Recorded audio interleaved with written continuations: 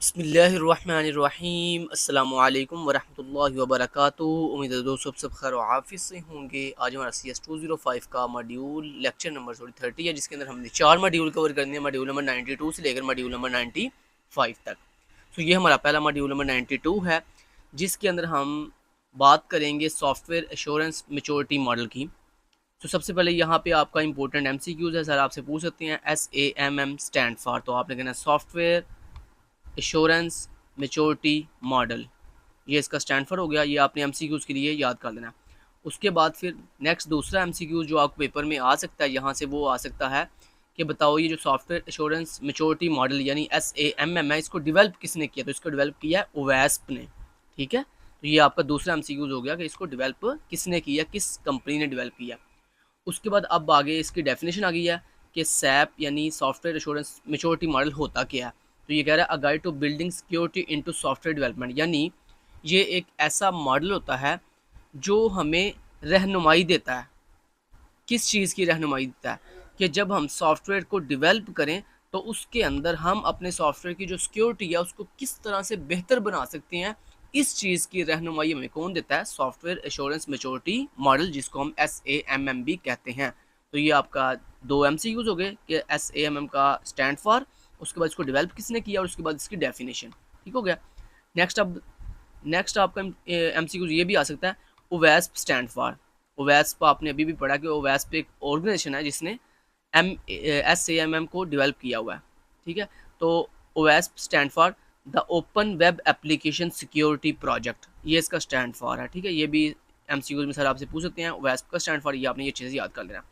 अब दोस्तों ओवेस्प ने जो सिक्योरिटी एश्योरेंस मैच्योरिटी मॉडल बनाया हुआ है, मतलब SAMM जो बनाया हुआ है, उस सिक्योरिटी एश्योरेंस मैच्योरिटी मॉडल के कितने फेजेस हैं जो हमारी सिक्योरिटी को बेहतर बनाते हैं सॉफ्टवेयर डेवलपमेंट के अंदर। तो उसके 4 मेन फेजेस हैं, एक गवर्नेंस, दूसरा कंस्ट्रक्शन, तीसरा वेरिफिकेशन और चौथा डिप्लॉयमेंट। लेकिन इनमें से पहले जो 2 हैं गवर्नेंस और कंस्ट्रक्शन, ये आप मिड टर्म में पढ़ोगे, जबकि जो अगले 2 हैं वेरिफिकेशन और डिप्लॉयमेंट, ये आप फाइनल टर्म में पढ़ोगे। इसीलिए सर ने यहाँ पे इसको हाईलाइट किया हुआ कि यहाँ पे मिड टर्म के अंदर हम सिर्फ पहले 2 पढ़ेंगे, गवर्नेंस और कंस्ट्रक्शन फेज को। और ये चारों फेजेस है किसके हैं? SAMM यानी सिक्योरिटी एश्योरेंस मैच्योरिटी मॉडल के ये चारों फेजेस हैं। आगे फर्दर इन फेजेस के आगे डिफरेंट स्टेप्स हैं। अब यहाँ पे उसने बताया कि चूंकि हमने मिड टर्म में सिर्फ 2 पढ़नी है, एक गवर्नेंस और एक कंस्ट्रक्शन, तो यहाँ पे गवर्नेंस के 3 स्टेप्स हैं और कंस्ट्रक्शन के भी यहाँ पे 3 स्टेप्स हैं। अब नेक्स्ट आपको पेपर में सर पूछ सकते हैं कि सॉफ्टवेयर एश्योरेंस मैच्योरिटी जो मॉडल है यानी SAMM जो है, उसका पहला जो फेज़ है गवर्नेंस फेज़, वो क्या है और उसमें कितने स्टेप्स होते हैं। तो आपने बताना है इसके बारे में कि जो गवर्नेंस फेज़ है इसके 3 स्टेप्स होते हैं। पहला स्टेप स्ट्रेटजी एंड मैट्रिक्स, दूसरा स्टेप एजुकेशन एंड गाइडेंस और तीसरा स्टेप पॉलिसी एंड कंप्लायंस। तो ये आपका शॉर्ट क्वेश्चन आ सकता है पेपर में कि जो सैम है उसके गवर्नेंस फेज़ में कितने स्टेप्स होते हैं। अब इनको समझ लेते हैं बारी बारी कि जो हमारा पहला फेज़ है गवर्नेंस फेज़, ये क्या, इसमें क्या होता है। तो दोस्तों जो हमारा पहला फेज़ है सैम का गवर्नेंस फेज़, इसमें बेसिकली हम अपनी जो सिक्योरिटी होती है उसको मैनेज करते हैं, उसके डिफरेंट स्टेप्स को क्या करते हैं, मैनेज करते हैं, उसको कहते हैं गवर्नेंस फेज़। अब गवर्नेंस फेज़ के 3 स्टेप्स हैं। अब इन तीनों स्टेप्स को बारी बारी देख लेते हैं। पहला स्टेप है जी strategy and matrix. Strategy and matrix में बेसिकली जो कि पहला स्टेप है हमारे पहले फेज़ का, इसमें बेसिकली हम क्या करते हैं, इसमें हम अपनी ऑर्गेनाइजेशन के अंदर सॉफ्टवेयर सिक्योरिटी एश्योरेंस प्रोग्राम को बनाते हुए किस पे फोकस कर रहे होते हैं, एस्टेब्लिशिंग द फ्रेमवर्क, यानी हम फ्रेमवर्क पे फोकस कर रहे होते हैं किसके अंदर, स्ट्रेटजी एंड मैट्रिक्स के अंदर। अब बात करते हैं ये फ्रेमवर्क पे हम फोकस क्यों कर रहे हैं या फ्रेमवर्क हम क्यों बनाते हैं इसके अंदर। वो इसलिए ताकि दोस्तों जो हमारा फ्रेमवर्क है ना स्ट्रेटजी एंड मैट्रिक्स का, वो बेसिकली हमें इस बात की गाइडेंस देता है या इस बात में मदद फ्राहम करता है कि हमारी सिक्योरिटी के गोल्स कौन कौन से होंगे। तो यही वजह कि आप सिक्योरिटी एंड मैट्रिक्स के अंदर सबसे पहले अपने सॉफ्टवेयर को बनाते हुए ऑर्गेनाइजेशन के अंदर पूरे का पूरा फोकस किस पे करते हो, फ्रेमवर्क के ऊपर करते हो। और इस फ्रेमवर्क के अंदर बेसिकली क्या होता है, इस फ्रेमवर्क के अंदर आपके तमाम सिक्योरिटी के जो गोल्स हैं वो बनाए जाते हैं, वो डिफाइन किए जाते हैं। और ये जो आपका स्ट्रेटजी एंड मैट्रिक्स स्टेप है, ये एक बुनियादी स्टेप है किसका, आपके पहला जो फेज़ है गवर्नेंस फेज़, उसका ये बुनियादी स्टेप है जिसके अंदर हम क्या कर रहे होते हैं, अपनी सिक्योरिटी के गोल्स डिफाइन कर रहे होते हैं। अब ये सिक्योरिटी जो गोल्स हैं, इनकी खासियत ये होनी चाहिए कि ये सब के सब अच्छे से आपको आपके वाज़े हों, मतलब सही तरीके से हमें समझ आ रही होगी कौन सा सिक्योरिटी गोल क्या डिफाइन कर रहा है, क्या बताना चाह रहा है। और दूसरा, इनको मैयर किया जा सके, मतलब इनकी जांच पड़ताल की जा सके, ताकि ये देखा जा सके कि हमारी जो सिक्योरिटी गोल्स हैं, ये हमारी ऑर्गेनाइजेशन का जो बिज़नेस रिस्क हैं, जो बिज़नेस के ख़तरात हैं, क्या उनके मुताबिक बनाए गए हैं या उसके ऑपोजिट बनाए गए हैं। तो ये चीज़ आपने करनी थी। तो मतलब मेन चीज़ ये है कि जो स्ट्रेटजी एंड मैट्रिक्स का स्टेप होता है, इसमें बेसिकली हम क्या करते हैं, अपनी सिक्योरिटी के गोल्स डिफाइन करते हैं। नेक्स्ट दोस्तों आता है जी दूसरा step, education and guidance. Education and guidance basically वो स्टेप होता है हमारे गवर्नेंस फेज का, जिसमें हम क्या करते हैं, हमारे वो तमाम के तमाम पर्सन्स या वो तमाम के तमाम टीम मेंबर्स जो जो हमारे सॉफ्टवेयर को डेवलप कर रहे होते हैं, उनको हम ये सिखाते हैं कि उन्होंने किस तरह से नॉलेज और रिसोर्सेज का इस्तेमाल करते हुए एक सिक्योर सॉफ्टवेयर को डिज़ाइन कैसे करना है, डेवलप कैसे करना है और डिप्लॉय कैसे करना है। तो अगर आप शॉर्ट फॉर्म में देखो तो एजुकेशन एंड गाइडेंस के अंदर बेसिकली हम अपनी टीम को ये सिखा रहे होते हैं कि उन्होंने एक अच्छा और एक बेहतर सिक्योर सॉफ्टवेयर किस तरह से डेवलप करना है। ये होता है एजुकेशन एंड गाइडेंस फेज। और उसके अंदर सबसे जो अहम बात होती है वो ये होती है कि हमने एक ऐसी मालूमात देनी होती है अपनी टीम को कि जिस मालूमात का हमारी टीम को फ़ायदा भी हो, या उस नॉलेज का हमारी टीम को फ़ायदा भी होगा। क्योंकि देखें, अगर हमारी टीम के पास एक अच्छा नॉलेज होगा तो फिर ही वो क्या कर सकेंगे, बेहतर तरीके के साथ पहले ही ख़तरात को जान सकेंगे। लेकिन अगर उनके पास नॉलेज ही नहीं होगा, उनके पास जो है ना वो मालूमात ही नहीं होगी, तो वो कभी भी आने वाले जो ख़तरात हैं उनका सामना नहीं कर सकेंगे, उन ख़तरात को जो है वो ठीक नहीं कर सकेंगे। सो इसलिए एजुकेशन एंड गाइडेंस फेज़ में सबसे जो इंपॉर्टेंट चीज़ होती है वो ये होती है कि हमारे जितने भी टीम मेंबर्स हैं उनके पास अच्छा नॉलेज हो, उनके पास अच्छी इन्फॉर्मेशन हो, ताकि वो आने वाले ख़तरात को पहले ही जांच सकें और जांचने के बाद उनको जो है क्या कर सकें, ख़त्म कर सकें, रिमूव कर सकें। नेक्स्ट स्टेप जो है, तीसरा जो स्टेप है, जो लास्ट स्टेप है हमारे गवर्नेंस फेज़ का, वो कौन सा, पुलिसी एंड कंप्लायंस। पुलिसी एंड कंप्लायंस में बेसिकली हम क्या करते हैं, पुलिसी एंड कंप्लायंस में हम ये करते हैं कि हमारे जितने भी टीम मेंबर्स हैं या जितने भी लोग हैं, वो सारे के सारे जो पहले से कंपनी के बाहर जो रूल बने हुए हैं, मतलब कंपनी के बाहर रूल से मुराद जो पहले से सिक्योरिटी के रूल्स हैं, उन पर अमल कर रहे हैं कि नहीं कर रहे। और दूसरा, हमने पुलिसी एंड कंप्लायंस फेज के अंदर अपनी जो कंपनी है उसके अंदर भी कुछ सिक्योरिटी स्टैंडर्ड जो है वो डेवलप करने होते हैं, बनाने होते हैं। और ये एश्योर करना होता है कि जो हमारी टीम है, क्या वो हमारे जो सिक्योरिटी स्टैंडर्ड्स हैं या जो पुलिसीज़ हैं, क्या उन पर सही से अमल कर रही है या नहीं कर रही। और इसके अलावा हमने इस बात की यकीन दहानी भी करवानी होती है कि जो हमारी टीम है, अगर वो इन तमाम की तमाम पुलिस पे अमल कर रही है, तो क्या हमारा हमारा जो काम है, यानी जो हमारा सॉफ्टवेयर है, क्या वो बिल्कुल सिक्योर डेवलप हो रहा है। और दूसरा, हमें ये देखना होता है कि जो हमारी कंपनी की एक्सपेक्टेशंस हैं, ठीक है, यानी वो जो चाह रहे हैं, क्या वो अचीव भी कर रहे हैं या नहीं कर रहे। तो ये चीज़ हमने देखनी होती है। तो कंप्लायंस एंड फेज में हमने दो चीज़ें करनी होती हैं। पहला, कि अपनी टीम को इस काबिल बनाना है कि जो हमारी टीम है वो हमारे रूल्स एंड रेगुलेशंस पे अमल कर रही है या नहीं कर रही, इसकी हमें जांच पड़ताल करनी होती है। देखना होता है, अगाहे बगाहे ऑडिट करना होता है, देखना होता है, चेक करना होता है, वेरीफाई करना होता है कि हमारी टीम रूल्स एंड रेगुलेशंस को फॉलो कर रही है कि नहीं कर रही। और दूसरा, हमने ये करना होता है कि हमने ये चेक करना होता है कि हमारी टीम अगर रूल्स को फॉलो कर रही है तो फिर क्या काम सही तरीके से हो रहा है, मतलब हमारी जो सिक्योरिटी है वो सही तरीके से सॉफ्टवेयर में इंप्लीमेंट हो रही है। और क्या हमारी जो ऑर्गेनाइजेशन है, जो चीज़ें वो एक्सपेक्ट कर रही थी, क्या वो एक्सपेक्टेशंस के अकॉर्डिंग हम उन चीज़ों को अचीव भी कर रहे हैं, हासिल भी कर रहे हैं या नहीं कर रहे, अपने गोल्स मीट कर रहे हैं कि नहीं कर रहे। तो ये होती है पॉलिसी एंड कंप्लायंस। तो दोस्तों, ये थे 3 स्टेप्स आपकी पहले फेज़ गवर्नेंस फेज़ के, जो कि इस मॉडल के अंदर हमने पढ़े हैं। अब नेक्स्ट चलते हैं, और जो दूसरा फेज़ है गवर्नेंस फेज़ के बाद जो दूसरा फेज़ है, उसकी जो है बात करते हैं लेक्चर नंबर मॉड्यूल नंबर 93 के अंदर। तो दोस्तों, ये हमारा मॉड्यूल नंबर 93 है, जिसके अंदर हम सॉफ्टवेयर एश्योरेंस मैच्योरिटी मॉडल जो पढ़ रहे थे। अच्छा, सैम जिसका हमने ऑलरेडी पढ़ा हुआ है, ये हमने सारा पढ़ दिया। अच्छा, अब हमने इस मॉड्यूल 93 के अंदर बेसिकली क्या करना है, इसका जो सेकंड फेज़ है कंस्ट्रक्शन, उसकी बात करनी है। गवर्नेंस फेज़ को हमने प्रीवियस मॉड्यूल 92 में पढ़ लिया। अच्छा, यहाँ पे कंस्ट्रक्शन फेज़ इसका सेकंड फेज़ है सैम का, यानी सॉफ्टवेयर एश्योरेंस मैच्योरिटी मॉडल। इसका सेकंड फेज़ कंस्ट्रक्शन फेज़ है। कंस्ट्रक्शन फेज़ में बेसिकली क्या होता है, कंस्ट्रक्शन फेज़ में बेसिकली हम अपने सॉफ्टवेयर को डेवलप करते हैं, ठीक है, प्रैक्टिकली डेवलप करना, ठीक है। कंस्ट्रक्शन जैसे कि आपको पता है कंस्ट्रक्शन का मतलब भी ये होता है बनाना, किसी चीज़ को बनाना, ठीक है। तो कंस्ट्रक्शन फेज़ में हमने क्या करना होता है कि अपने सॉफ्टवेयर को बनाना होता है और उसको स्टार्ट पर ही सिक्योर करना होता है, ठीक है। अब कंस्ट्रक्शन फेज़ में 3 स्टेप्स होते हैं सॉफ्टवेयर को बनाने के लिए और उसमें सिक्योरिटी को ऐड करने के लिए। पहला जी सिक्योरिटी रिक्वायरमेंट, दूसरा इसका स्टेप होता है थ्रेट असेसमेंट और तीसरा होता है सिक्योर आर्किटेक्चर। ये आपको शॉर्ट में सर पूछ सकते हैं कि जो सैम है उसके कंस्ट्रक्शन फेज़ में कौन-कौन से स्टेप होते हैं, तो 3 स्टेप्स होते हैं, ये आपने इनके नाम याद कर लेने हैं। अब बारी-बारी इन स्टेप्स की बात करते हैं। तो सबसे पहला स्टेप है जी सिक्योरिटी रिक्वायरमेंट।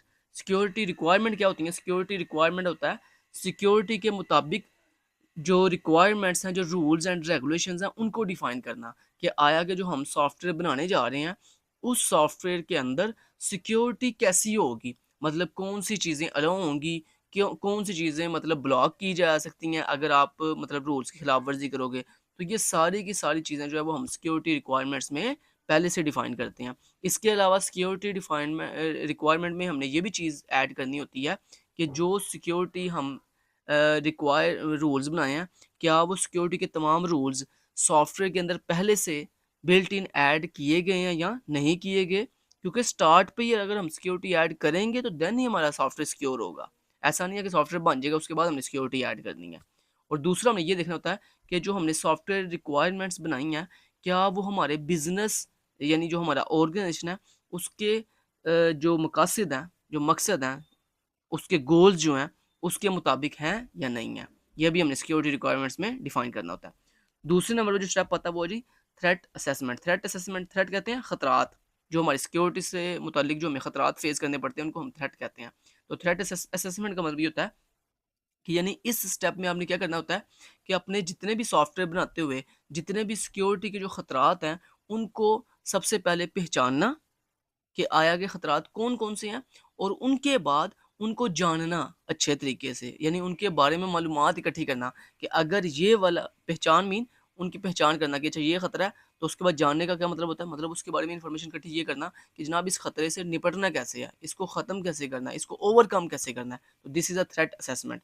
कि थ्रेट असेसमेंट जो स्टेप होता है, इसमें बेसिकली हमारा काम ही सिर्फ ये होता है कि हमने खतरात को जाँचना होता है, उनकी पूरी मतलब जाँच पड़ताल करनी होती है, देखना होता है कि हमारे कौन-कौन से इस सॉफ्टवेयर के अकॉर्डिंग कौन-कौन से खतरात आ सकते हैं, कौन-कौन से थ्रेट्स, रिस्क आ सकते हैं और उनको फिर ठीक कैसे किया जा सकता है, ये सारा हम थ्रेट असेसमेंट में देखते हैं।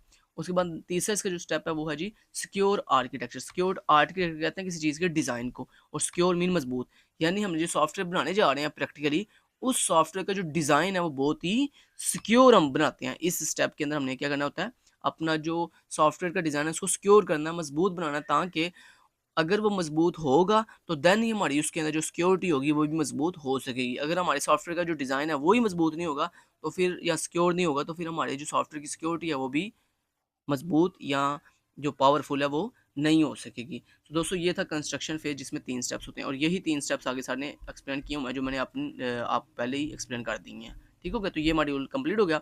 नेक्स्ट मिलते हैं और लास्ट में उसने एक बात बोली है Sam is an excellent model for software security कि जो आपके सॉफ्टवेयर की सॉफ्टवेयर सिक्योरिटी होती है मतलब सॉफ्टवेयर की जो मजबूती होती है उसको बेहतर बनाने के लिए एक बहुत ही अच्छा मॉडल है कौन? सैम।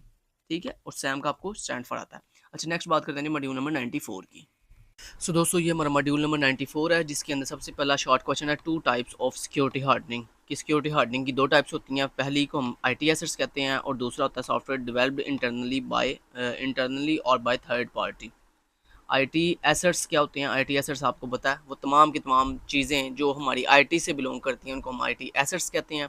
और नेक्स्ट वगैरह सॉफ्टवेयर डेवलपमेंट इंटरनली कहते हैं, या तो हम जो कोई भी सॉफ्टवेयर बनाते हैं या तो वो हम इंटरनली मतलब अपनी खुद की टीम से बनवाते हैं यानी कंपनी के अंदर रहकर, और या फिर हम क्या करते हैं थर्ड पार्टी यानी किसी दूसरी कंपनी या किसी दूसरी ऑर्गेनाइजेशन या किसी दूसरी फर्म या सॉफ्टवेयर हाउस से जो है वो हम बिल्ड करवाते हैं। तो ये दोनों चीज़ें किस में आती हैं? सॉफ्टवेयर हार्डनिंग में आती हैं। तो ये आपने शॉर्ट में सर आपको पूछ सकते हैं कि सिक्योरिटी हार्डनिंग की कितनी टाइप्स होती हैं। उसके बाद दोस्तों यहाँ पे वो बोल रहा है कि हमारे पास कुछ टिपिकल एंटरप्राइज सॉफ्टवेयर होते हैं जिसमें ईआरपी या ईआरपी की डिफरेंट एग्जांपल्स हमें दी हुई हैं, जैसे ओरेकल एक ईआरपी है, जैसे सैम्प है, जैसे आईबीएम आईटीसी वगैरह वगैरह, ये सारे ईआरपी हैं। ठीक है, ऐसी वो कह रहा है जब कोई इंटरनली सॉफ्टवेयर डेवलप किया जाता है या किसी थर्ड पार्टी के थ्रू हम जब सॉफ्टवेयर डेवलप करते हैं तो वो डिफरेंट लैंग्वेजेस में डेवलप किया जाता है, या तो वो हम उसको ASP.NET में डेवलप करते हैं या PHP में या एंड्रॉयड iOS में या अदर प्लेटफॉर्म के थ्रू जो है उसको डेवलप किया जाता है।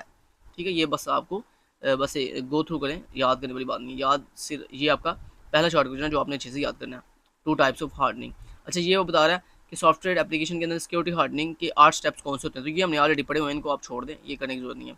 अच्छा, यहाँ पे वो बोल रहा है कि जब भी आप कोई सॉफ्टवेयर एप्लीकेशन बनाते हो तो उसमें आप ये 5 जो स्टेप्स हैं ना सिक्योरिटी हार्डनिंग के, इनको अप्लाई करते हो। पहला रिसर्च सिक्योरिटी कंट्रोल्स, दूसरा अप्लाई सिक्योरिटी कंट्रोल्स। पहले आप सिक्योरिटी कंट्रोल को सर्च करते हो अपनी अकॉर्डिंग टू सॉफ्टवेयर, उसके बाद फिर आपने जो सिक्योरिटी कंट्रोल सर्च किए होते हैं उनको आप क्या करते हो, अप्लाई करते हो। ठीक है, उसके बाद फिर आप अपना जो कोड है एप्लीकेशन का या सॉफ्टवेयर का उसको रिव्यू करते हो और उसकी टेस्टिंग करते हो।